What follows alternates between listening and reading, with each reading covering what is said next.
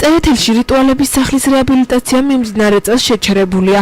რწმუნებულის თქმით, სოფლის დახმარების პროგრამის ფარგლებში გათვალისწინებული საკითხის მოგვარება მომდევნო წლისთვის გადაიდო. რიტუალების სახლის შენობა სოფლის ტერიტორიაზე უკვე არსებობს, თუმცა მის აღდგენას თანხები წელს არ ეყო. ჩალვა კუბრაშვილის განცხადებით, შენობის სარეაბილიტაციო სამუშაოები 2014 წლის ბიუჯეტიდან თანხების გამოყოფისთანავე დაიწყება.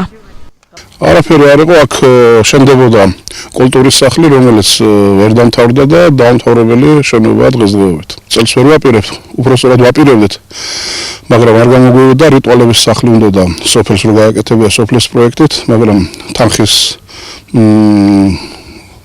არ ყოფნის იმიტომ გადაწყდა, რომ 2014 წლის ბიუჯეტში ჩავსვით ეს პროექტი რო განხორციელდეს და ახლა 18-ში ალბათ ტენდერი ჩატარდება, პროექტი გაკეთდება რიტუალების სახლის და ალბათ 2014 წელში გავახორციელებთ ამ პროექტს. სოფლისთვის ძალიან კარგია ეს რიტუალი, თუ აშენდება აქ და გაკეთდება, ძალიან კარგია, მისაღებია, ვეთანხმები და მიხარია. სახლში ჩვეულებრივად ვიხდიდი, ქორწილი იყო თუ კამპანია იყო თუ რაც იყო.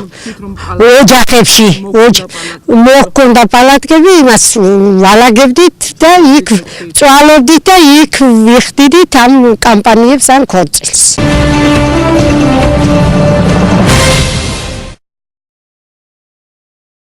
ხათუნა გოგოლაძის განმარტებით კანონ პროექტს ნარჩენების მართვის შესახებ ამჟამად სხვადასხვა სამინისტროში განიხილავენ. გარემოსა და ბუნებრივი რესურსების დაცვის მინისტრის ვარაუდით კანონ პროექტს პარლამენტში გაზაფხულზე დაამტკიცებენ. გოგოლაძის ინფორმაციით მდგრადი ორგანული დამაბინძურებლების შემცველი პესტიციდების საზღვარგარეთ გატანა განადგურებაზე ამჟამად მუშაობა მიმდინარეობს. მინისტრის თქმით, ბორჯომში თანამედროვე სანიტარული ნაგავსაყრელის სამშენებლო სამუშაოები გრძელდება. გოგოლაძის ვარაუდით სამუშაოები 2013 წლის ბოლომდე დასრულდება. შემუშავდა ნარჩენების მართვის პირველი ეროვნული სტრატეგიის პროექტი, რომელიც ასევე ცოტა ხანში გახდება უკვე ცნობილი საზოგადოებისთვის. მუშავდება ნორმატიული აქტების პაკეტი ბაზელის კონვენციისა და როტერდამის კონვენციის ვალდებულებების შესრულების ხელშესაწყობად. დაიწყო საქართველოში მიმდინარეობს უკვე მესამე სანიტარული ნაგავსაყრელის მშენებლობა ბორჯომში, რომელიც ითვალისწინებს ძველი ნაგავსაყრელის კონსერვაციას, ახალი უჯრედის მოწყობას, უჯრედზე ჰიდროსაიზოლაციო ფენის მოწყობას, ანუ ეს ტექნიკური დეტალები არის, მიხედვითაც გაკეთდება ეს ნაგავსაყრელი და ეს არის თანამედროვე სტანდარტების დამაკმაყოფილებელი ნაგავსაყრელი.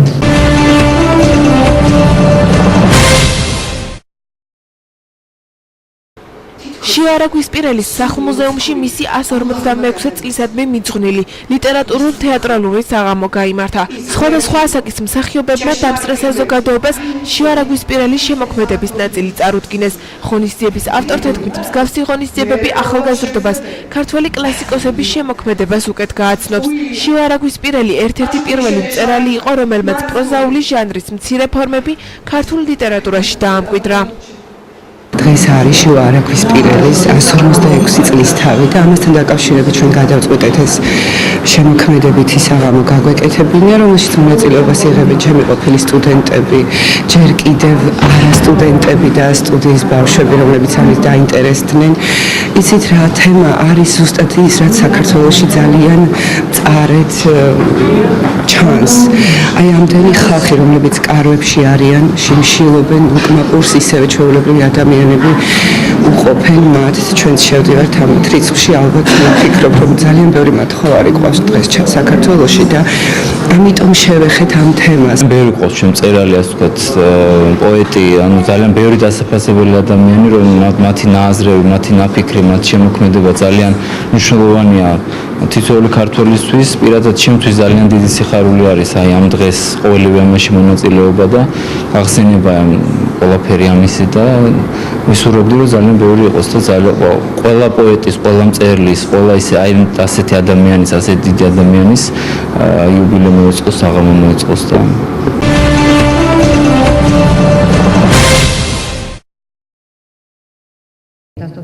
ხანძრით განადგურებული ტყის ფართობზე აღდგენითი სამუშაოები დასრულებულია. ხე-ტყის მოძრაობის კონტროლის მექანიზმები განახლდა, ბრაკონიერობისთვის სანქციები კი გამკაცრდა. ხათუნა გოგოლაძე მისი უწყების მიერ ბოლო 1 წლის განმავლობაში სატყეო სექტორში მიმდინარე ღონისძიებებზე ისაუბრა. გარემოსა და ბუნებრივი რესურსების დაცვის მინისტრის თქმით, 2014 წლისთვის სატყეო სექტორში განსახორციელებელი პროექტების ნაწილი უკვე დაგეგმილია. ბორჯომში 2008 წლის ომის შედეგად დაზიანდა საკმაოდ დიდი ფართობები. ამ ხნის განმავლობაში არაფერი გაკეთებულა იმისათვის, რომ ამ ფართობების აღდგენა დაწყებულიყო, მიუხედავად იმისა, რომ არსებობდა დონორების მხრიდანაც მხარდაჭერა ამ კუთხით. წელს მოვახერხეთ და დავიწყეთ ამ ფართობების აღდგენა. კერძოდ 13 ჰექტარზე მოხდა განაშენიანება, დაიდგო 22.500 ენერგი და შეგანილი იქნა 60 კილოგრამი თესლი. მომავალ წელსაც გაგრძელდება ეს პროცესი, დაგეგმილი გვაქვს 20 ჰექტარი მომავალ წელს, ეს ის მინიმუმი, რაც დაგეგმილი გვაქვს უკვე. ძალიან დიდი იმედი მაქვს, რომ გარკვეული დახმარების საშუალება იქნება დონორების მხრიდან და შეიძლება ეს ფართობი კიდევაც გაიზარდოს. განხორციელდა მავნებლებთან ბრძოლის ღონისძიებები სამცხე-ჯავახეთის რეგიონში. 5000-ზე მეტი ფერომონის მწერსაჭერი იქნა დაკიდული ტყეებში და მომავალ წელსაც გაგრძელდება კიდევ ეს ღონისძიებები. ასევე ტყის ინვენტარიზაცია ბორჯომ-ბაკურიანის სატყეო უბანში. 45000 ჰექტარი, ეს მესმის, რომ არ არის ბევრი, მაგრამ თუ არ დავიწყეთ, არც არასდროს გაგრძელდება ეს პროცესი. მომავალ წელს დაგეგმილი გვაქვს გადავიდეთ, ამისთვისაც გამოყოფილია უკვე თანხები ხარაგაულის ტერიტორიაზე. გარდა ამისა, ჩვენ ვმუშაობთ გერმანიის მთავრობასთან, რომლის დახმარებითაც შესაძლებელი იქნება ორთოფოტოებით გაკეთება ანუ ორთოფოტოების შედარება ჩვენს მიერ ტერიტორიაზე, რეალურად გაკეთებულ ინვენტარიზაციის შედეგებთან და ეს მოგცემს იმის საშუალებას განსაზღვროთ, რამდენად შეიძლება ორთოფოტოების საშუალებით მოხდეს ამ პროცესის დასწრაფება და გაადვილება ჩვენთვის, რომ უფრო მოკლე პერიოდში მოხდეს მთელი საქართველოს ტყეების ინვენტარიზაცია.